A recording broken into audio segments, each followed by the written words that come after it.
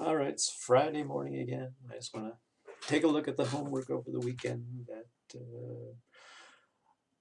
Basically that Word file we want to bring into Excel and do some average variable cost, average total costs. Because it's not that hard, but it's one of the key things for what we're going to be doing. Again, this file is in Blackboard. If you want to do what I'm doing, I'm just going to select this table stuff because I want to bring it to Excel.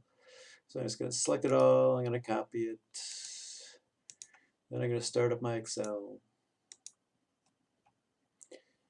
paste it in, either with format or without format.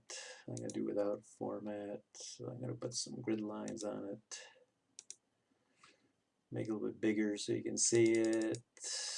Alright, so here, I got my fixed cost, I got my variable cost, and what I want to do is figure out first the total cost. So if I'm choosing 0 of something, and the fixed cost is 50, plus the total variable cost is 0, it's going to come out to 50. And when I copy it down to the next cell, 50 plus 50, it better be 100. Ah, that's a good start. I'm just going to throw it down. So it figures out my total cost, right? Fixed versus variable. And take a look at the textbook, the difference between the two, if you're not sure.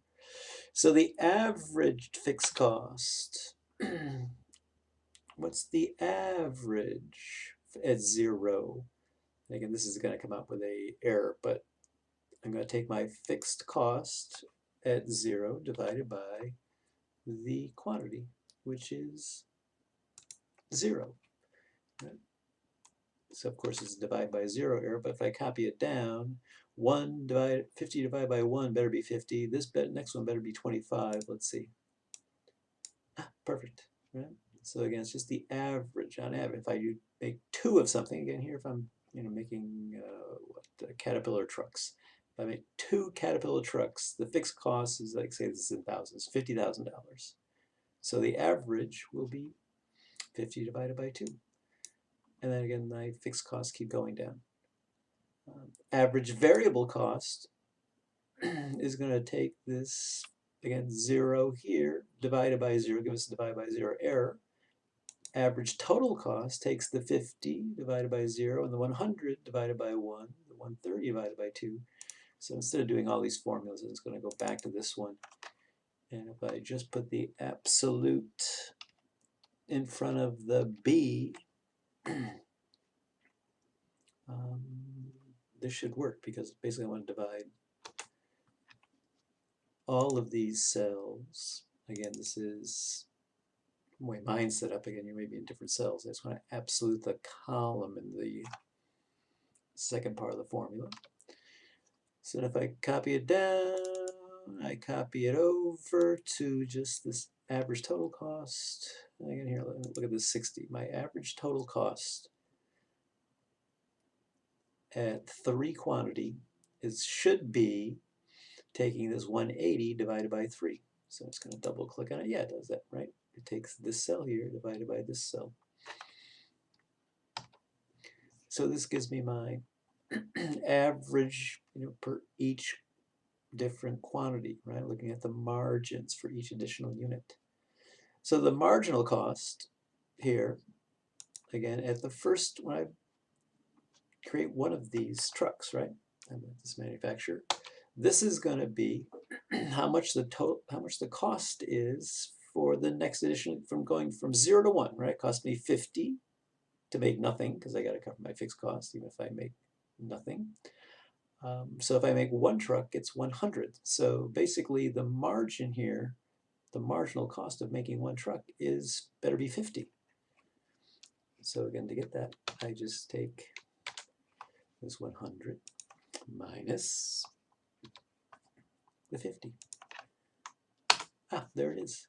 And for the next one down, right, to make the second truck, the marginal cost, the extra, again, cost for making this extra unit would be better be 30, right? Because I go from 100 to 130 of my total costs. And boom, works perfectly. I'm so good at this stuff. Fine. So I got my marginal costs. Marginal revenue, again, from the class on Wednesday is, how much I'm selling these trucks for, right? I'm selling them for $75,000 a piece. So for each additional truck I sell, it's still the same because at 3 trucks, it's still $75,000, per truck. So for the total revenue, how much am I getting if I sell 1 truck, right? How much is my total revenue? It better be 75 because I'm doing the 1, right? Times this 75. And when I copy it down to the next one, it better be 150, right? Yeah, because 2 trucks at 75,000 a piece is 150. Boom, and there's my total revenue. And then the profit, how much my profit is for a company, it's always going to be the total revenue, what I take in sales, right? Minus what I have to pay out in cost, which is under total cost here. And again, this better be what? 75 minus, it better be a negative 25, right? I'm having a profit on the first truck. But when I throw this down, right, I can see that my most profitable quantity is at the third truck. And again, this should be where marginal cost equals marginal revenue. It's not going to work out exactly here because we're not working with a lot of different quantities. Again, we should have 0, 1, 2, 3, up to 1,000. Then it would work out better. But here again, I can see when my marginal costs though go over my marginal revenue, right?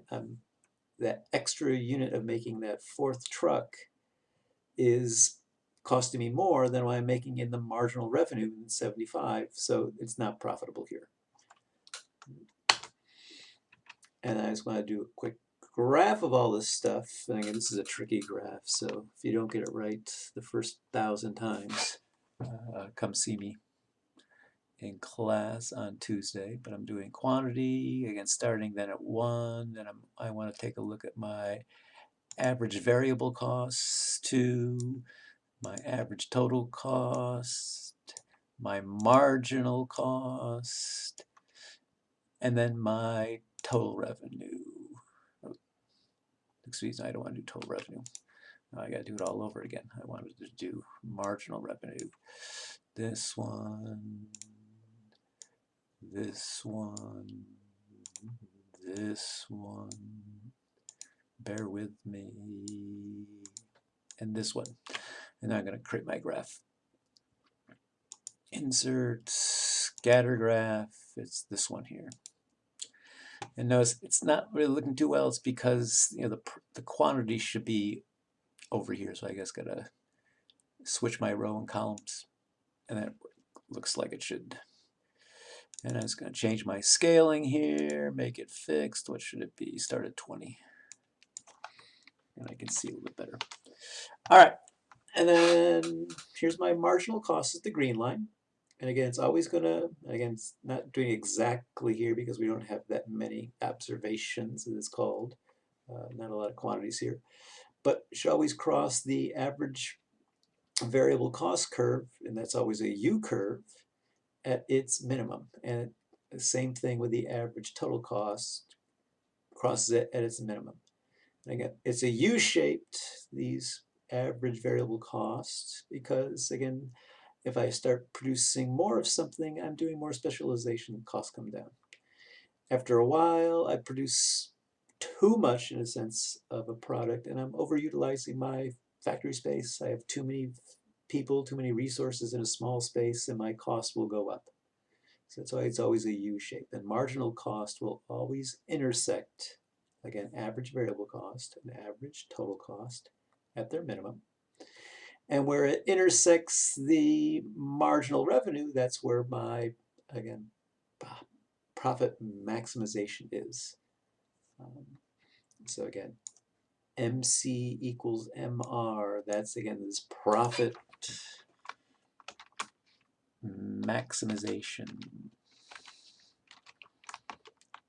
Max, I'll put, because of course we all know I can't spell. Fun. So this is what you should be producing for the homework. And again, you can just attach it in Blackboard, where I have the Word file.